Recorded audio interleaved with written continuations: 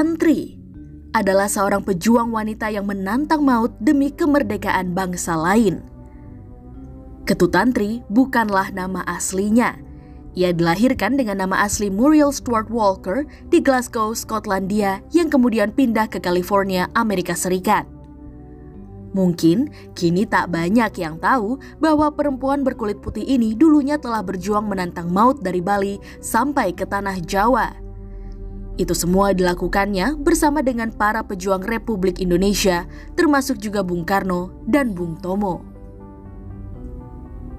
Kala masih hidup dan berjuang untuk Indonesia, ia menyadari bahwa bisa saja setelah Indonesia merdeka, namanya akan terlupakan dari sejarah. Pantai Kuta mungkin menjadi saksi bisu sejarah awal mula perjuangannya. Sosok Ketut Tantri cukup dikenal di masanya. Ia pernah bersua langsung dengan sang proklamator Insinyur Soekarno. Selain itu, ia juga menjadi penyiar radio berbahasa Inggris yang pro atas kemerdekaan Indonesia dan bergabung dengan Bung Tomo di Radio Pemberontakan Surabaya. Dialah satu dari sekian sosok minoritas yang mewartakan kepada dunia internasional bagaimana perjuangan rakyat Indonesia untuk mempertahankan kemerdekaannya.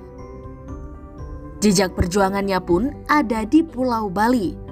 Pulau yang sangat ia cintai dan menjadi tujuan hidupnya setelah menyaksikan film Bali The Last Paradise. Kehadirannya di Pulau Dewata dimulai pada tahun 1932 dan tinggal di sebuah hotel milik orang Belanda di Denpasar. Namun di hotel tersebut ia mengaku tidak nyaman karena cemoohan pejabat Hindia Belanda. Perempuan yang akhirnya dikenal dengan Surabaya Su ini pun memilih tinggal di pelosok desa di Bali. Tanpa ia sadari, saat bensin mobilnya habis dan melihat sedang ada upacara, ia masuk ke sebuah puri. Di sana ia bertemu dengan anak raja bernama Anak Agung Nura Pangeran Bali yang pernah mengecap pendidikan di Leiden dan Universitas Heidelberg di Jerman. Dari situlah perempuan Amerika Serikat dan berdarah Skotlandia itu diangkat menjadi anak keempat Raja Klungkung dan disematkan nama Ketut. Kisah perjuangannya ini juga ditulis dalam sebuah buku berjudul Revolusi di Nusa Damai. Saat mengungsi di Jawa, Ketut tinggal di Hotel Oranye Surabaya.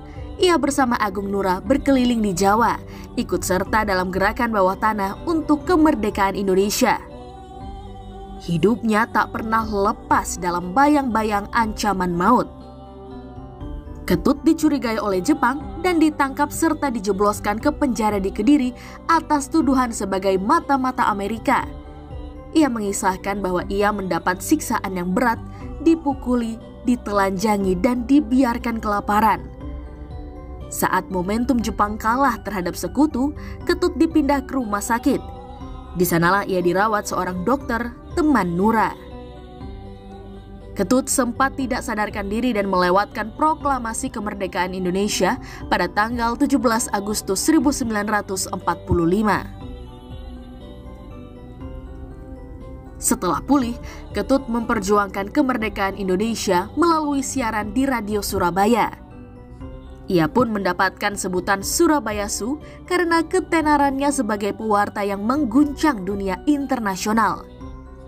Di akhir hayatnya, ia meninggal dan peti jenazahnya diselimuti bendera merah putih dan dihiasi ornamen Bali sebagaimana permintaannya semasa hidup.